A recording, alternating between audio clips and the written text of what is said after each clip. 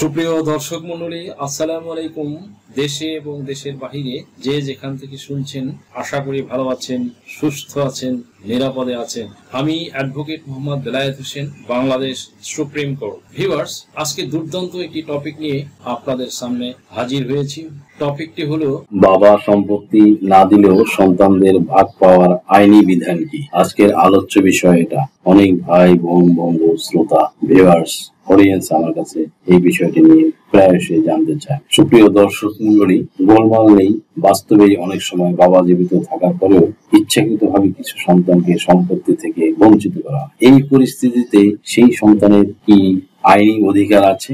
বাংলাদেশের আইন অনুযায়ী একজন ব্যক্তি জীবিত অবস্থায় নিজের সম্পত্তির সম্পূর্ণ মালিক। তিনি চাইলে নিজের সম্পত্তি যে কোনো সন্তানকে দিতে পারেন বা দিতে না চাইলেও কোনো আইনি বাধ্যবাধকতা নেই। অর্থাৎ বাবা যদি দৃঢ় ইচ্ছায় সন্তানকে সম্পত্তি না দেন, তাহলে সেই সন্তানের কাছে জীবিত বাবার বিরুদ্ধে কোনো মামলা করার সুযোগ বা অধিকার নেই। তবে তারা যদি মৃত্যুর আগে কোনো উইল না করে যান কিংবা সম্পত্তি ভাগ না করে যান, তাহলে ইসলামী উত্তরাধিকার আইনের আওতায় সন্তানরা স্বয়ংক্রিয়ভাবে তাদের ন্যায্য অংশ পেতে পারেন।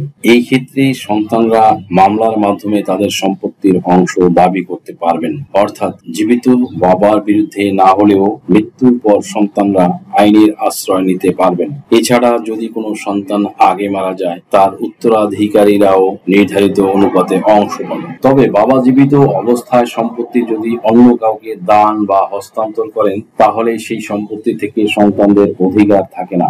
সৎ সন্তানদেরও সাধারণত কোনো অংশ পাওয়া যায় না। সুতরাং বাবা জীবিত অবস্থায় সন্তানের সম্পত্তি পাওয়ার আইনি অধিকার নেই। তবে বাবার মৃত্যুর পর সন্তানরা তাদের আইনি অংশ দাবি করতে পারেন।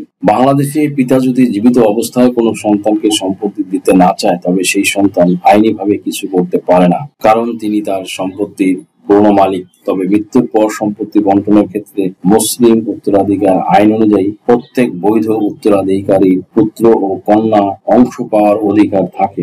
যদি না বিশেষ কোনো কারণে, যেমন ধর্মত্যাগ, তারা বঞ্চিত হয় এবং সেই ক্ষেত্রে তারা বাটোয়ারা মামলা করতে পারেন। জীবিত অবস্থায় সম্পত্তি না দিলে করণীয় কোনো আইনি বাধ্যবাধকতা নেই।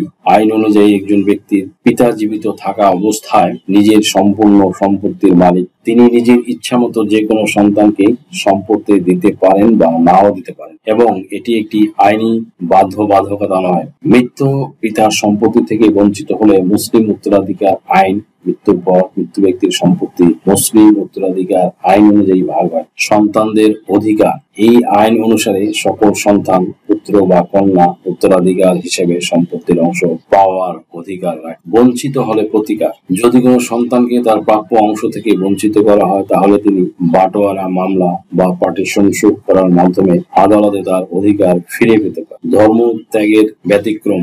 মুসলিম আইন অনুযায়ী কেউ যদি ধর্ম ত্যাগ করে, তবে সে উত্তরাধিকার সূত্রে সম্পত্তি থেকে বঞ্চিত হতে পারে। গুরুত্বপূর্ণ বিষয় যে উত্তরাধিকারীর সংজ্ঞা। এই আইনগুলো মূলত মৃত ব্যক্তির রেখে যাওয়া সম্পত্তির ক্ষেত্রে প্রযোজ্য জীবিত অবস্থায়। এই ধরনের জটিল আইনি বিষয়ে একজন দক্ষ বিজ্ঞ আইনজীবী এর পরামর্শ নেওয়া অত্যন্ত জরুরি, কারণ প্রতিটা পরিস্থিতি ভিন্ন হতে পারে। আশা করি ভিডিওটি থেকে আপনারা সামান্যতম হলেও উপকৃত হয়েছেন। যদি এই ভিডিওটি আপনাদের সামান্যতম উপকার আসে, তাহলে রিকোয়েস্ট করব চ্যানেলটি লাইক, শেয়ার, কমেন্টস এবং সাবস্ক্রাইব করে পাশে থাকা বেল বাটনটি প্রেস করে দিন, যাতে পরবর্তী ভিডিওর নোটিফিকেশনটি খুব সহজেই পেয়ে যান। সো আজকের মতো এখানেই শেষ করছি।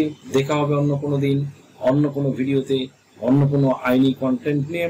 সেই পর্যন্ত সকলে ভালো থাকুন, সুস্থ থাকুন, নিরাপদে থাকুন। আবারও সবাইকে ধন্যবাদ জানিয়ে এখানেই শেষ করছি। আল্লাহ হাফিজ।